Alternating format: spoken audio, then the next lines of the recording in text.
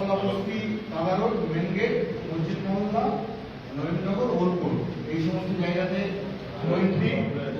Link রোডের no entry থাকবে, হিমসলাতে no entry থাকবে।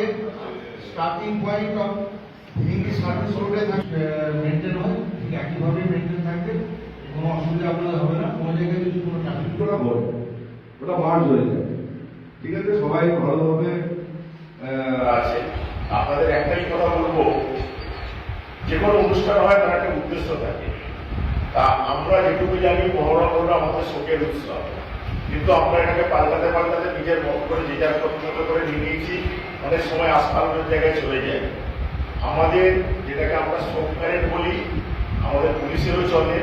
যারা আমাদের মারা যায়, আত্মবলিদান দেয়, তাদের জন্য আমাদের একটা প্যারেড থাকে। আমরা সেইভাবে তাদের প্রতি রাইফেল অবহিত রেখে আমরা দাঁড়িয়ে আমরা শ্রদ্ধা জ্ঞাপন করি।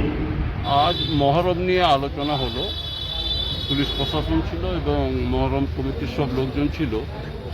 আলোচনা এটাই যে প্রশাসনটা যেভাবে প্রতি বছর উঠে এই বছরও সেভাবেই উঠবে, এবং কিছু আইন নতুন হয়েছে, যেটা ডিজে বাজানো চলবে না, অস্ত্রটা আগের থেকে। তো এটা কমিটিকে বলা হয়েছে, পুলিশ প্রশাসন থেকে বলা হয়েছে যে ডিজেটা বাজবে না। তো এটা কমিটি অ্যাকসেপ্ট করেছে। এর মতোই আমরা এবছরও এই মহরম উপলক্ষে আমাদের দুর্গাপুর থানায় একটি কোঅর্ডিনেশন মিটিং ডাকা হয়েছিল।